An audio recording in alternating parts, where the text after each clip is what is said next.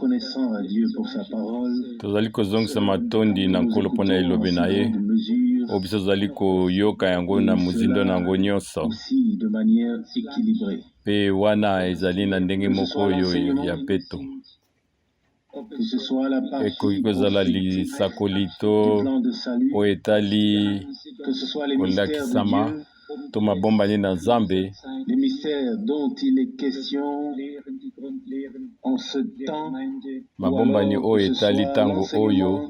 to lilakisi oyo ya moboko fondamentaux de l'Église. to malakisi oyo ya moboko ya lingomba nzambe asali biso ngolu mingi Vers les dénominations, biso ozali na boyokani moko te na binzambi-nzambi mais nous n'avons qu'une seule obligation. kasi biso ozali kaka na mokumba moko oyo etali kolanda nkolo Nous puissions lui rendre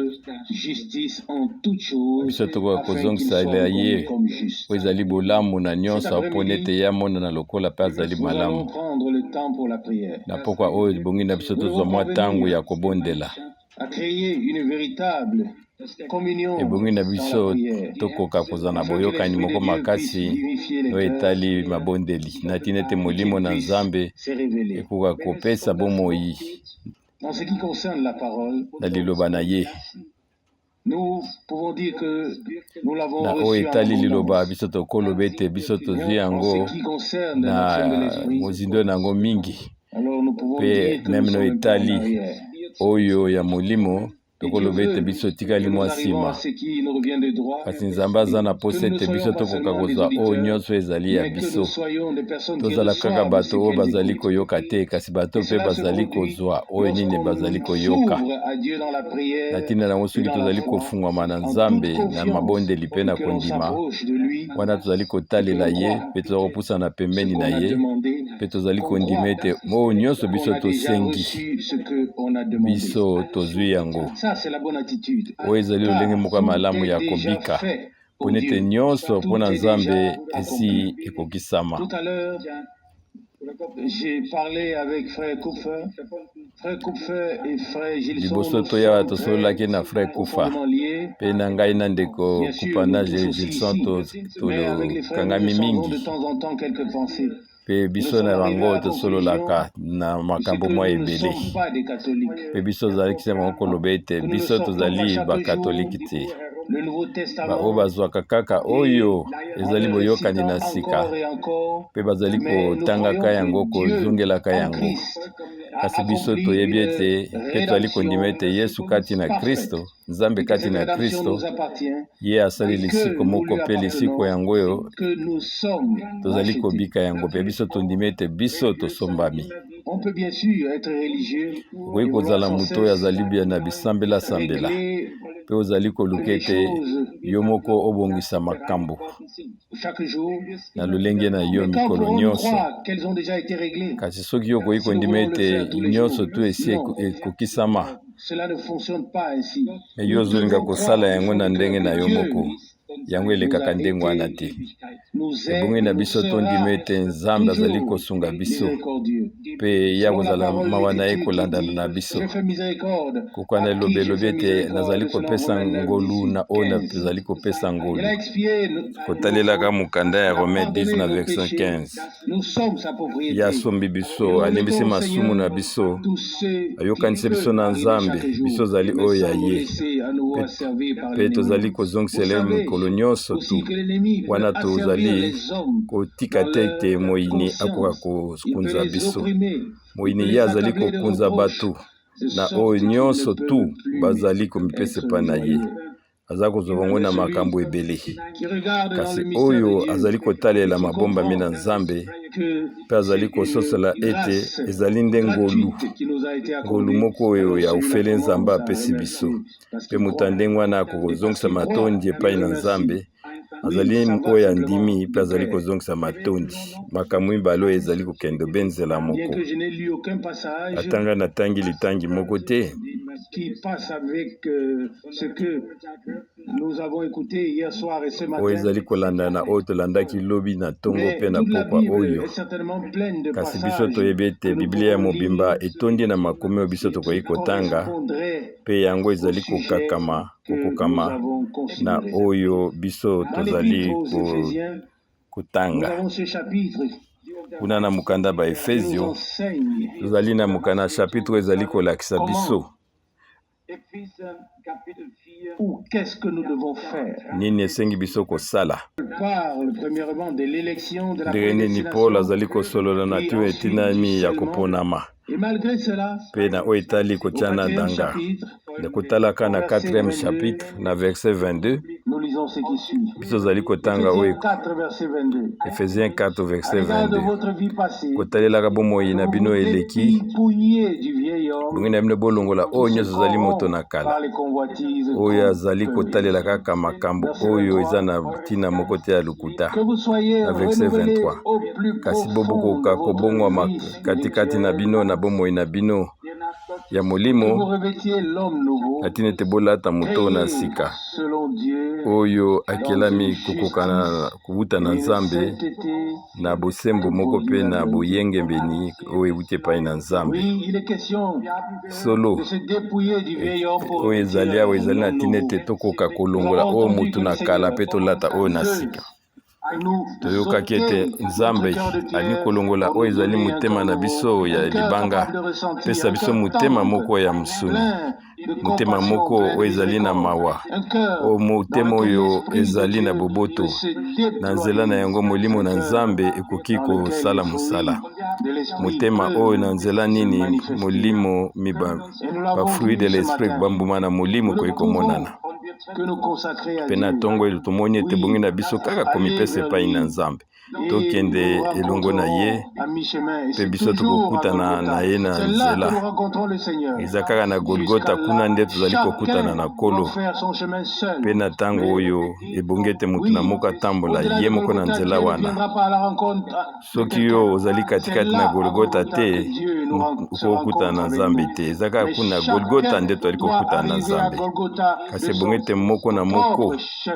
akoka kokoma na Golgota kouta na ye mei mpe akoka kososola ete ezali nde kuna Nzambe amimonisami kati na Yesu Kristo Nkolo na biso mpe wana esalamaki likambo mutu moko mutu moko akoki kosala eza te kosomba biso kozokana na Nzambe mpe kimia na Nzambe Yesu azali kosuka liboso na Golgota ya kozala na pasi bomoi na ye mobimba kasi akokoma na Golgota mpe akotelembwaka miso na epai na Nkolo boyeba ete pona ete ya moto ya ndenge wana makambo minene kokokisama pona ete motu moko akoki kokoma na makasi na ye moko te soki biso toni tosala ngo na makasi na biso moko wana ntango mosusu biso tokokoma te ntina Golgota ebongi na biso tososola ete biso tobakamaki na Kristo bongi na biso tososola yango na nzela ya kondima tokoka kososola yango ete eza eloko euti epai na molimo to eloko nini kokomela biso Nzambe azali kaka oyo azali na raison na nyonso mpe Nzambe akopesa biso bandimi raison na makambo nyonso mpe biso tokoki koloba ete lokola yango ekomami yo ozali na raison ntango nyonso ezali na likambo moko ezali kokoma ebongi ete Nzambe azala toujours na raison na nyonso ntango etalami oyo molimo na Nzambe bato na bato bakomi balobi na ndenge na bango me oyo etali biso ezali nde motema likambo nde ezali na motuya biso na posa na te mayele na biso totiango na kati na yango kasi biso posa na biso ezali ete molimo oyo ya solo na Nzambe oyo ekangami na eloba Nzambe ya solo yango ekoka kozwa ekozwa esika kati na bana na Nzambe nyonso na solo yango nde ezali na motuya ya kolanda oyoyo ndenge nini molimo ezali komema biso kolanda makasi na yo moko ti Nkolo alobi ete ezali na liziba moko ekomonana mpe abi ete nakopesa bino liziba oyo na mai ekokende ti na suka na molongo ezalaki kosola na biso na ntina ete oyo molimo oyo tokozwa ezali teke ezali na monoko nde makambo ezali meuti na kati na motema yango ebandi na motema mpe yango ekomata ti na monoko na bambebo na biso mpe wana biso tokokumisa koneto na makolo mpe biso tomonaki ndenge nini balakisaki biso oyo ezali banzeto ya minene yango ndenge ezalaki ya kokauka mpe ndeko moko ayebisaki ngai atangaki na mokanda ya Ezekiele chapitre 37 na verset 4 Nzambe aza na posa ete atya biso ete tozala baoyo bambuma banzeto etiamili pembeni na mai mpe bango bazali kopesa bambuma yango ewuti na biso te kasi na nguya na Nzambe oyo alingi ete biso ebanda kosala molimo nesala katikati na biso ntango oyo tozomona ete ezali makasi na biso te kasi kondima makambo eninganaka kaka na kondima soki biso ozali kondima te yango ekosimba te biso ebongi na biso tondima lokola likomi elobi na ntango wana nde liziba ya mai ya monene ekobima na kati ya motema na biso komitungisama te koloba te nini yango ekoleka kasi ndima kaka oyo Nzambe alobi mpe yo salela yango mpo na yo mei toye kotanga makomi mwa elobi totangi susu na Ezekiele oyo likomi oyo ekomami na mokili mobimbe ekomami na chapitre 37 na verset 4 ekomami na ntina mikuwa oyo ezali kozonga na bomoi Nzambe ataleli yango mpe alakisi ndenge nini yango molimo ekotaki na mikuwa oyo kotalelaki Ezekiel 37 wana etali oyo lisekwa na bana na Israeli kasi liboso te bana ya Israeli bakoka kosekwa bongo ete lingomba ekoka kozwa bomoi mpe yango ememama ti na suka mpe yango ekoka komonana lokola mwasi oyo ya libala oyo akomemama na likolo bongi na biso toza na boyokani na Nzambe na liloba na ye mpe na mosala na ye mpe boyokani moko likolo na bamisusu mpona ete oyo Nzambe alaki eza epai wana nde apesi lipamboli na ye Ezekiel 37 na verset 4 ekomami ete alobi ete yo tatula lobela mikuwa ete bino boyoka liloba na nkolo ya liboso ezali ete liloba na nkolo mpe nsima molimo na Nzambe ezali koya bisoka ete molimo na mai ezalaki kotambola likolo na mai kotalelaka Genèse 1 na verset 2 mpe nsima molimo na Nzambe esanganaki na liloba na Nzambe mpe nyonso tozwaki bomoi mpe bomoi nyonso emonisamaki liloba nyonso oyo Nzambe alobaki yango ekomaki bomoi liboso na miso na ye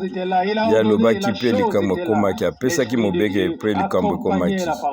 molimo na Nzambe ezalaki kolandana na liloba na ye mpe yango ezalaki kosala ete oyo Nzambe alobaki ekoka kozwa bomoi na lolenge moko bilaka oyo nyonso ya liloba na Nzambe oyo biso ozali koyoka otoya koyoka mitano na ntango oyo yango ebongaki te elandana na molimo na Nzambe eza kaka te po makanisi ya bato kasi liloba oyo ekoki ete elandana na molimo na nguya na Nzambe ekosala ete liloba ekoma na bomoi oyebi ete ndeko Branham azalaki koloba makambo moko ya makasi no etali makabo alobi ete nyonso ezali sembo mpona ete ezali na bato mingi oyo bazwaki epakolami ya molimo santu kasi bango bazali kobwakisa liloba na nzambe bango bazingi kotala oyo ezali liloba na nzambe te mpe tozali komona yango meme na mangomba wana ezalaki na komekama na baoyo etali bandeko basi bazalaki kotikama basuki na bango baza kosala ete bakoka kobika na oyo etali extérieurement kasi soki kati na kati koyokana ezali te na liloba ezali na ntina te na yo na libanda eloko nini ekosenga ete soki yo otiki basuki no ebele me na kati na yo boyokani na nzambe te kasi ndeko Branham alobi ete banda nanu na kati kozala na boyokani nyonso ebongisama mpe wana ekobima te na libanda kasi ntango tozali komona ete ata na bangomba oyo ya baplein évangile bajene bazali koyemba balati bapantalon na bakorale kasi wana tokomona ekomi nango kaka makambo nyonso ya nzoto mpe bango bazoloba ete bayambi molimo santo ezali ndenge wana ti ndenge wana frère Branham azalaki kotelemela yango mpe bango bazali koloba ete oyo moto alingi kolobela biso nini oyo ezali nini molimo oyo nde ezali kotelemela liloba soki bazalaki na molimo santu bango balingaki bazala na boyokani na liloba ata liloba ezali makasi ndenge nini yeba ete koyokani na molimo ezali wana na nzela ya liloba na nzambe ebongi na biso mpe totalela ete totalelaka liloba oyo na pole ya molimo na nzambe lelo nzambe azali kosolola na biso mpe soki biso tokebi te kotalelaka ata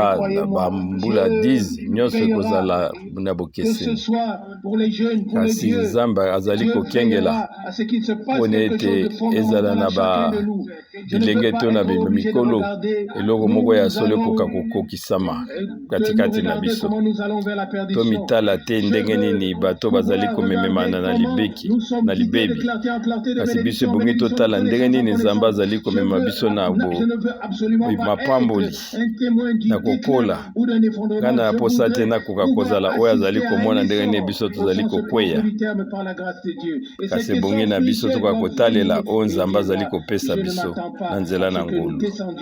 ngana azali kozela teke biso tokoka kokweya oyo balingi kokweya bango batikala kokweya kasi biso tozali kokoba na nzambe mpe tozali kokende na kotambola na nzembo na komata kaka kotalelaka na Ezekiel 37 na verset 9 babete yo tatola na bato oyo mpe lobela na molimo yango nde nkolo nzambe alobi ete molimo yaka koutaka na mipepe nyonso mine mpe yo tikete yo koka kopwapwa bamikuwa oyo mpona ete koka kobika na verset 10 wana ngai nazalaki kotatola lokola ye alobaki na ngai molimo ya bomoi ekotaki kati na bango na lolenge ete bango bazwaki bomoi mpe bango batelemaki ezalaki oyo lingomba moko monene babundi ya solo ekokota na makambo te kasi ngai nakoki kozala surpris te soki nakoki kotala oyo ezali bana na Israel bakopesa bomoi na bango mpe nsima bakokota na bomoi oyo ezali na suka te wana bomoi ekoti kati na bango bakotelema oyo nzambe akosala na oyo ya lingomba batikali ye akoki kosala yango te na lingomba ekomami na Israele te ntango wana bokozala lebele ekokoma ebele lokola mabele na ebale kaka mwa mokende bakobikisama kasi kozala ndenge nini mpono etali lingomba ata etikali mwa moke ata batikali mwa moke yeba ete bango bango ata bakoki koyoka na mongongo na bango ekomata te na bato ebele kasi ezali na mwa moke wana nzambe akosukisa mosala na ye na lobiko mpo ete nzambe aza na posa ya bato ebele te o 30,000 personnes kasi baza kaka na posa ata ya moke ata 300 personnes ekoki mpo ete nzambe akoka kosala oyo nyonso ya alaki yango biso tozali na ngolu na ye kobondela ete biso ozala katikati na bato wana kasi ezali kopona na biso te ezali ye nde aluki biso ye nde abengi biso ezali biso nde tomoni ye te kasi ye nde amoni biso mpona toyebi ke ye alingi biso esengi mpe biso tolinga ye na motema na biso mobimba ezalaki lisusu na litangi mosusu oyo ezali na baroma oyo ezali kosolola ntina bolingo na nkolo oyo esopami na mitema na biso na nzela ya molimo santu oyo ezali te na ndenge eke biso tokoki kozala na lolendo te ezali oyo ya solo ezali ndenge yesu kristo azalaki kobika kotalelaka Romains chapitre 5 na verset 5 na Romains 5 verset 5 wana eliki ezali kokosa te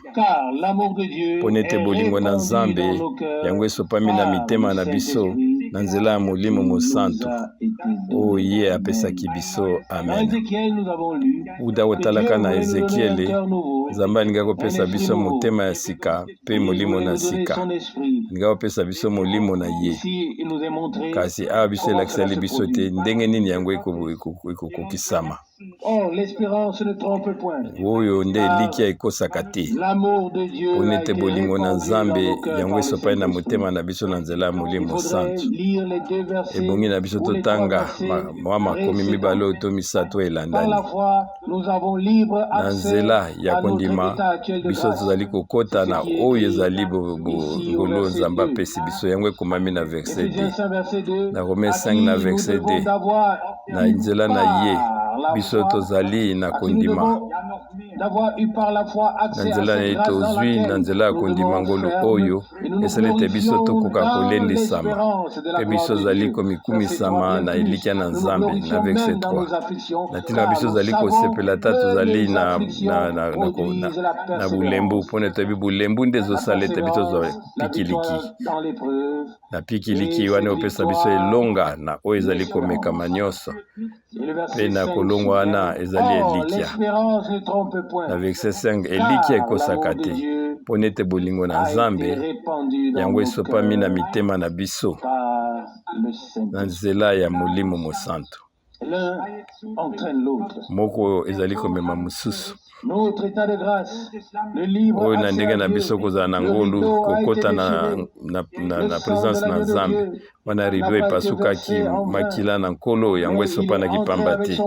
kasi ye akotaki na makila na ye na oyo etali kuna na sanctuaire céleste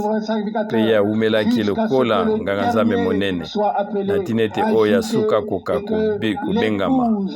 wana mwasi na libana bakoka kokóma na oyo ezali bonzambe ezali kaka na ntango wana ye azali kosala mosala ya kobondela ntina na biso mpe koluka biso lokola mwasi na libala mpe kozongisa biso na ndako na ntina na yango biso tozali kokota na nzela na biso na oyo etali ngolu na nzela ya kondimela Yesu Kristo nkolo na biso tozali komikunisama na ntina ezali nkembo na nzambe kasi ezali nkembo na nzambe yango esangani na oyo ezali nkembo na nzambe so tosali libiki ya ngolu na nzambe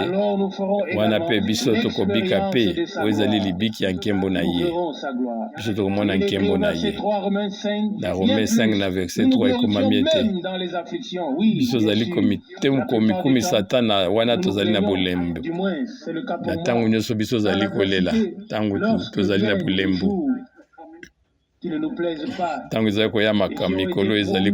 kosepelisa biso te ezali kokomela mpe bato nyonso kasi baoyo nano babiki yango te bakoya amweke nko bakobika yango pelo amweke nkolo akwakoya liboso na Romains 8 biso tozali kosepela na oyo ezali bolembu na biso. Alors nous avons besoin des afflictions. Soki ezali ndenge wana biso mpe toza na posa toza na bulembo. Mpona nini biso tokondima te ke tozala mpe na bulembo to na bapasi. Soki biso tokozwa pikiliki ndenge nini soki biso tokoki koyeba kozwa oyo ezali bilaka na Nzambe soki eloko moko ezangiseli biso. Nayebi te soki tokoki koloba eloko moko oyo Nzambe abosani. Ezali litangi nyonso to Nzambe apesi biso polele. Nyonso to ezali kati na liloba na Nzambe. Nzambe abosani etoko moko te. Solo abosani masumu na biso mpe abwaki yango na mai oyo ya mozindo. Alléluia. Lolengo ande komami. Na Romains 5 na verset 3. Pone toyebi ete oyo ezali kokwea na biso bolembo na biso ezopesa biso tozala na makasi. Makasi oyo ezopesa biso elonga na oyo ezali komekama na elikya. Ebongi na biso totelema na oyo ezali komekama. Tokoka kozala na makasi na makambo nyonso ezali kokomela biso. Libiki na biso etali makambo ya se oyo te. Kasi biso ezali kotala zalela nkolo pe biso zoi bomoi na seko. Nalingaki ete biso tokoka koyemba biso nyonso elonge ete nga na iningi na petolama na oyo eyali mabe na ngai. Kasi na suka ya luyembo olobi ete ngai na ndimi na mwana na Nzambe azali na kobika seko na seko. Poni ete biso zali kozwa likomi na oyo etali ye solo lokola Nzambe atiki biso na liloba na ye. Ezali atani ya likomi moko te okoki koloba ete mwana bikaka seko na seko. Kasi lokomi elobi ete yo zali mwana na ngai nga na boti yo lelo. Mpe ntango nazali koteka kote okoyemba yango na ndenge na ngai. Nazali koloba na mwana mwasi oyo ya solo. Na mwana oyo ya mobali ya solo. Biso zali na posa ya likomi oyo ezali kobika na sele. Likomi elobi ete tata bikaka seko na seko. Biso lobi amen. Lobi ete ya li prince de la paix lobi amen. Koyebi te abi Nzambe na nguya biso lobi amen. Abete ya tata na seko na seko to lobi amen. Kaka wana soki tokomonya wana likomi. Soki ezali kati na likomi te tokoki koloba amen ete. Pona tokoki koloba amen na makambo ya lokuta bato basali baza koloba. Ngana lobaki yango na poko oyo nakoyoka kanisaka susu te. Tana sali na koyoka na oyo ezali banzambe misato. Biso toyei koloba ndenge nini o bato oyo moto oyo ya evangelista monene na 20e siècle akwa koloba makambo oyo etali banzambe misato mpe nsima aza kokende kolakisa so makambo ebele lokola nano ngai nayoki te nanu mpe natanga yango ti lelo yaza koloba ete oyo ezali bonzambe misato ezali mpe na kati ya oyo ekokangama na koteka na kati na mokili. Tokoloba yango oyo tozali kosambisa yango te kasi biso tozali komona ndenge nini Nzambe apesi biso ngolu bato bazali kolanda oyo nyonso tu ya bato bazali kopesa na makanisi na bango. Nani ayebi epai nini makambo ekosuka kasi bango bazoyeba te wana ezali oyo ya likuta bazali kopesa libatisi ya likuta bazali na bilakisi oyo ya mabe na etali bunzambe bazokanisa ete bazali na mwangu munene na se oyo ezali lokuta. Nzambe azali na liloba na ye. Nzambe azali na biso bato yambe liloba. Nzambe akoki kokende mosika na liloba na ye te. Nzambe akoki kotya na ye te na oyo ezali makambo ya lokuta. Biso tozali na kati na mwangu na Nzambe mpe totikali yango. Romains chapitre 5 na verset 3 bite elikya ekosaka te pona ete bolingo na Nzambe esopami na molimo na biso epanzani na molimo na biso na nzela ya molimo santo epesameli biso. Bolingo na Nzambe oyo ezali peto mpe bule oyo ezali kotalela oyo ezali mabe te. Bolingo ezali kosepela na liloba na solo lokola biso tokoki koloba yango na 1 Corinthiens 13 to na makomi Dans mosusu. Romains au chapitre 8, Na Romains chapitre 8 na verset 14 on trouve aussi la parole bien tozali connue. komona mpe liloba oyo eyebami Tous ceux qui makasi sont conduits par l'Esprit de Dieu mpona baoyo nyonso bamemai na molimo na sont Nzambe fils de Dieu. bango bazali Enfants bana de na Dieu. Nzambe. Romains chapitre 8, verset 14. Romains chapitre Verset 8 na 15, verset 14 na l'esprit que verset vous avez 15 reçu n'est pas molimo un bino esprit de bozwi servitude. ezali molimo ya kokunza Vous bato soyez te encore ya kokunzama te mpo nete bozala lisusu na ou la kobanga peur. to Mais na vous avez reçu l'esprit koningana de fils kasi ou de bino bozwi filiation molimo na dans mwana lequel oyo ya boyokani na nzela na yango crions Abba biso Père. tozali koganga Plus de aba pere servitude. ezali lisusu Avez-vous entendu hier, oyo ezali Frère te Branham dit, kokangama il y a des non dictateurs partout. toyebaki te ndeko Branham alobaki ete ezali bato bazali koluka kokunza bato partout eza kaka na Vatican te kasi ezali na bapapu ya mike bisika nyonso ka Nzambe apesa biso ngolu tokoka koyeba kaka moko azali kokunza biso ezali oyo ezali liloba na Nzambe katikati na biso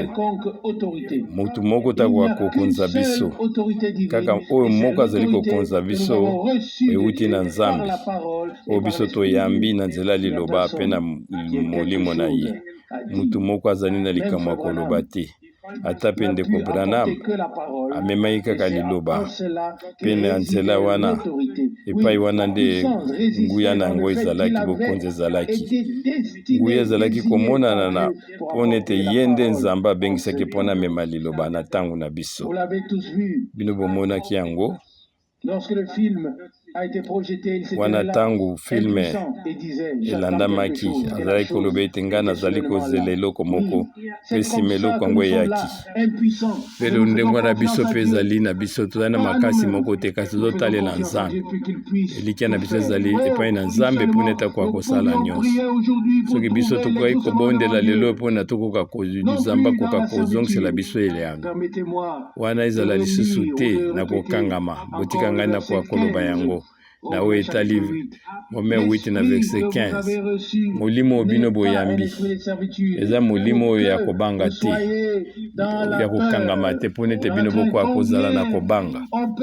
boni bato bazali na kobanga baza kobanga likambo oyo bakobanga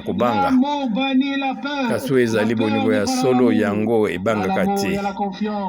katikati na bolingo yebe ete elikya ezali kondima ezali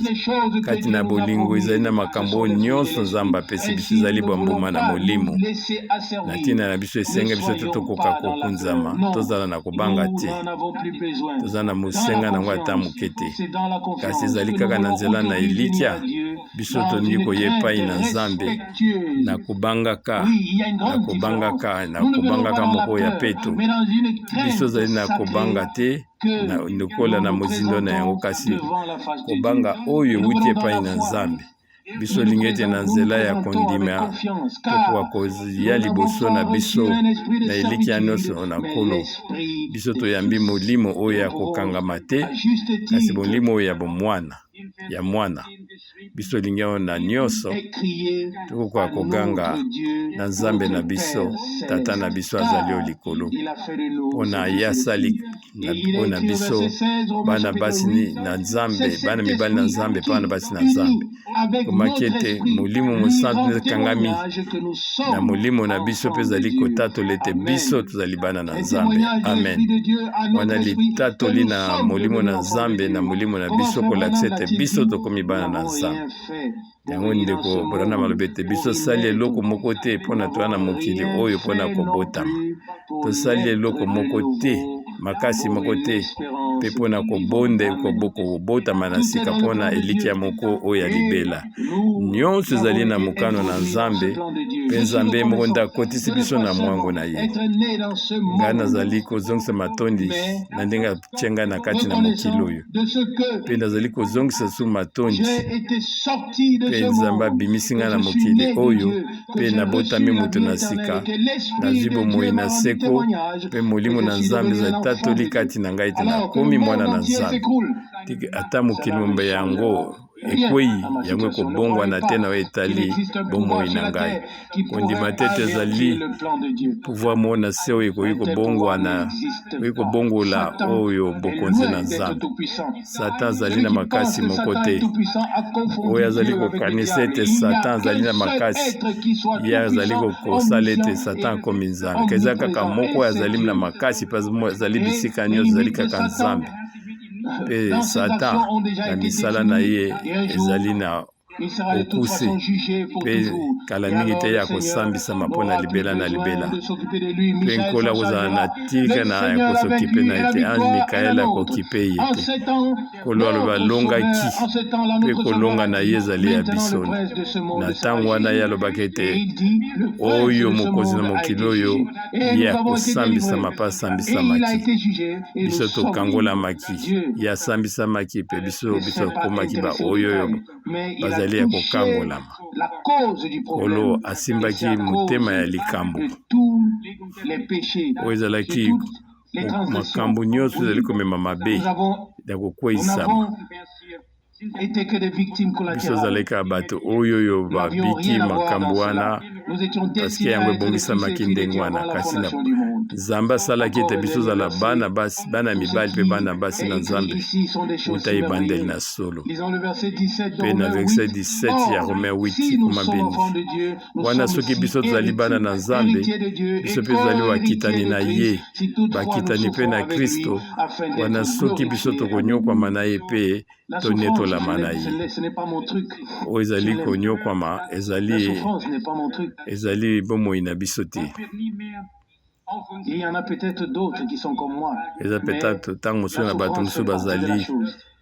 lokola ngai kasi soki tokonyokwama yango ezali mpona esengame ka Nzambe akondima te ete tokoka kozala na mpasi koleka oyo ekoki koleka biso yango elobelo ete soki biso ezali na koyoka na nkolo wana mpasi na biso ezali na pete mpe ndeko Branham alobi ete oyo biso ezali komema kwa mokumba ezali kopeze te kasi biso tozali komona ete ntango mosusu bakotindeka biso na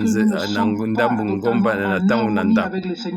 mpona ete biso tozali na koyokana na nkolo te kasi so biso tozali na koyokana na nkolo mpe tozali kotambola na likolo moko na ye na ritme moko na ye nyonso ekoleka malamu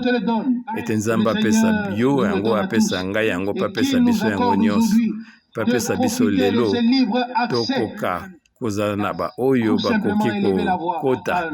na bokonzi oyo ya apesi biso mpe toganga na nzela ya mitema na biso tolobela na nkolo mpe biso tokoyoka ete lipambola na ye ekoya kati na biso toyebi yango tolobaka ntango nyonso Nzambe azali kosola biso na mayandalite ya mpe na liloba na ye mpe biso soki tozali kobondela tozali kosolola na Nzambe mpe Nzambe azali kotinda mapamboli na ye kati na biso. Lelo nga nalobaki ete tokozwa ntango molai te mpona ete bamisusu oyo ya biso bakoki kozonga na banzela ya mosika kasi wana biso tozali kotalelaka liloba oyo Nzambe alobaki na ngai yango elinga na molimo ete wana ntango ezali komonana to te butu to moi oyo butu na moi ekosuka te